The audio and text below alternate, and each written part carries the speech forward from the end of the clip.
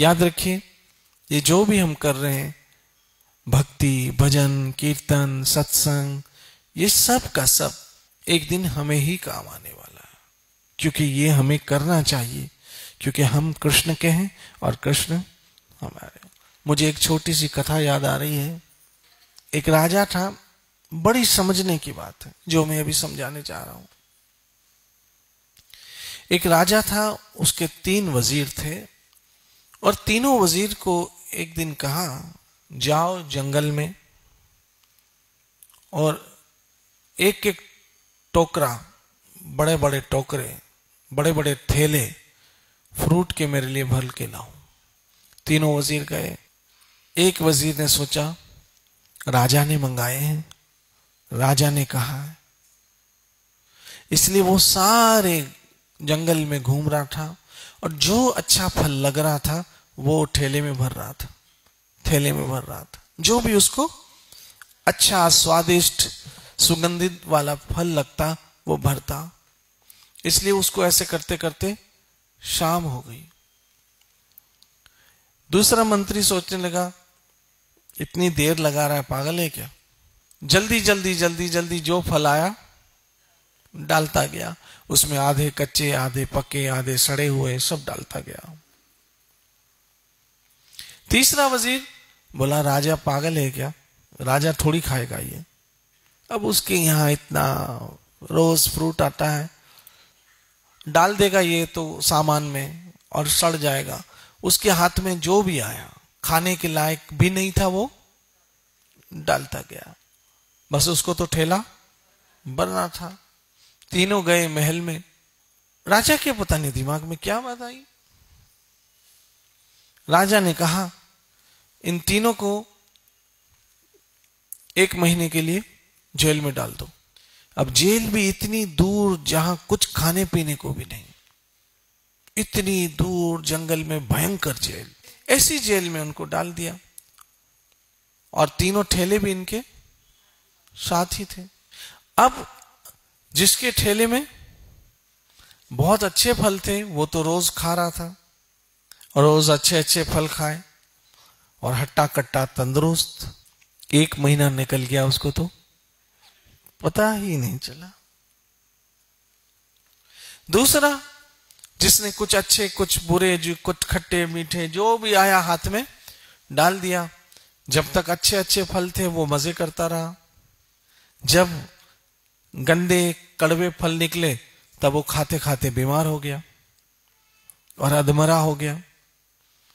लेकिन तीसरा, जिसने सब कुछ जल्दी जल्दी में, बोला राजा को क्या करना था, सब कुछ कचरा डाला, वो तो खा ही नहीं पा रहा और ऐसे ही 1 महीने में भूखा ही मर गया।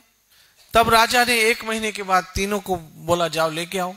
बोला, महाराज, एक उसमें से बिल्कुल तंदुरुस्त है, बिल्कुल फ्रेश, बल्कि वो तो और ज्यादा अच्छा हो गया। एक बिल्कुल बीमार है, कंडीशन खराब है, और तीसरा, बोला वो तो मर ही गया। तब राजा ने एक सभा बुलाई और कहा, मैंने जो कुछ किया वो समझ में आया? कहा नहीं आया। कहा, मैंने 3 वजीरों को कहा फल लेके आओ, उसमें एक वजीर ने, जिसने सारे अच्छे अच्छे फल जमा किए, वो तो खा पी के 1 महीने तक तंदुरुस्त रहा। दूसरा, जिसने मिक्स अच्छे बुरे दोनों फल थे, वो अच्छे तक तो तंदुरुस्त रहा, बाद में गंदे फल खा के बीमार हो गया और मरने जैसा है। और तीसरा, जिसके फल ही सारे खराब थे, वो तो मर ही गया।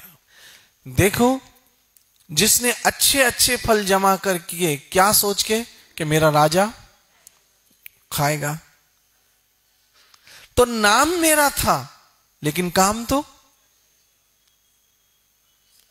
उसी के आया। ऐसे जो लोग भगवान के लिए कुछ करते हैं, नाम भगवान का होता है, काम तो उन्हीं के आता है। हा?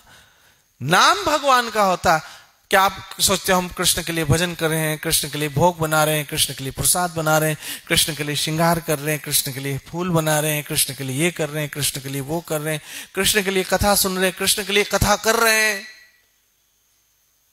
नाम किसका है? कृष्ण का है, लेकिन काम आपका होगा। अब आज मैं आपसे पूछ रहा हूं, आप तीनों में से क्या कर रहे हो? आप कौन से वजीर हो? तीन में से आप कहां हो?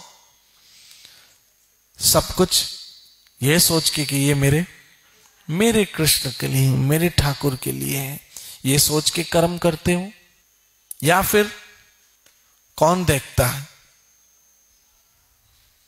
और ये सोच के जिंदगी के मजे उड़ाते हो?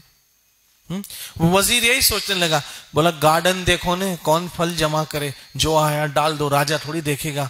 आप संसार देख रहे हो या भजन कर रहे हो? हरे कृष्ण।